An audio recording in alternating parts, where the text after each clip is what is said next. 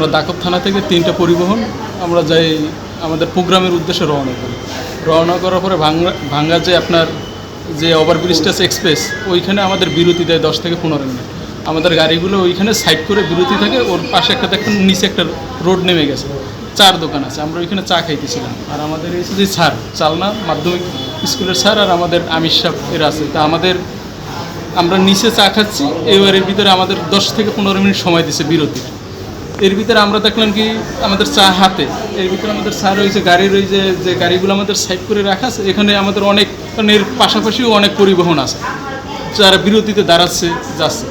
এর ভিতরে খুলনা সম্ভবত আমাদের যতটুকু জানা মতে খুলনা রয়্যাল যে গাড়িটা, তা আমাদের 1 2 3 গাড়ি সেকশনে দাঁড়ানো, ওই যে ব্রিজের ডালে সাইড করে দাঁড়ানো, ওটা এসে আমাদের পিছন মানে এই দিকটা এসে দাঁড়ানো গাড়ি মাইরে দিয়েছে পিছনে। তখন এই স্যার ছিল ওই গাড়ির কাছে, মানে পাশে ছিল। যখন মাইরে দিয়েছে ওই গাড়ি ধাপ করে যখন আরেকটা গাড়ি তোমার ওই বাড়ি খেয়ে স্যার সিটও পড়ে গেছে।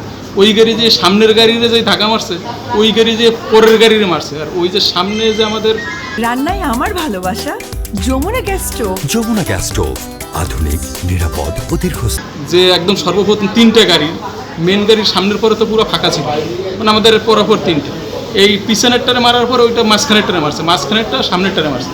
এবার ওই সামনের ওই গাড়িটা চলে গেছে রানিং, চলে যেয়ে আমাদের এই যে আমাদের কামাল মামা আর আমাদের জেলা এই থানার আমির সাহেব ছিল, তার উপরে উঠে গেছে। ওইখানে উঠে যাওয়ার পরে আমাদের থানার যে আমির সাহেব ছিল সে জায়গায় মারা গেছে। ওনার নাম মোহাম্মদ আবু সাইদ, মাওলানা আবু সাইদ।